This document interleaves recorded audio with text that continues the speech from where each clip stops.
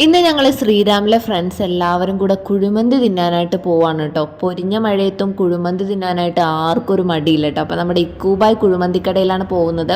മഴ ഇങ്ങനെ ഒരു സൈഡിൽ കൂടെ പെയ്തുകൊണ്ടിരിക്കുകയാണെങ്കിലും തീറ്റക്കാരത്തിൽ ആർക്കും ഒരു മടിയില്ല കേട്ടോ മഴയത്ത് ഇറങ്ങാനായിട്ട്. അപ്പം മഴച്ചാറ്റിലൊക്കെ കൊണ്ടിട്ട് നമ്മൾ ഇക്കൂബായിയുടെ കുഴിമന്തിക്കടയിലോട്ട് ഇങ്ങനെ പോയിക്കൊണ്ടിരിക്കുകയാണ്. നല്ല രീതിയിൽ തിരക്കുണ്ടായിരുന്നു കേട്ടോ. അപ്പം നമ്മൾ കുറച്ച് നേരത്തെ തന്നെ ആ റൂമൊക്കെ ബുക്ക് ചെയ്തിട്ടുണ്ടായിരുന്നു. AC റൂമൊക്കെ ഫാമിലി റൂം ബുക്ക് ചെയ്തിട്ടുണ്ടായിരുന്നു.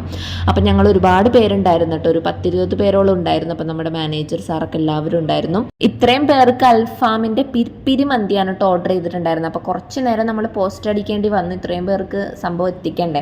അപ്പോൾ ഓരോന്നിങ്ങനെ എത്തിച്ചപ്പോഴേക്കും എല്ലാവർക്കും ആക്രാന്തായിരുന്നു കേട്ടോ. എന്നെ സംബന്ധിച്ച് എനിക്ക് ആദ്യം ഭയങ്കര ആവേശമായിരിക്കും എല്ലാം ഇങ്ങനെ വാരിപ്പറക്കി ഇടാനായിട്ട്. പക്ഷേ പിന്നെ കുറച്ച് നേരം കഴിയുമ്പോൾ ഇരവിഴുങ്ങിയ പോലെ ആയിരിക്കും കേട്ടോ എൻ്റെ അവസ്ഥ.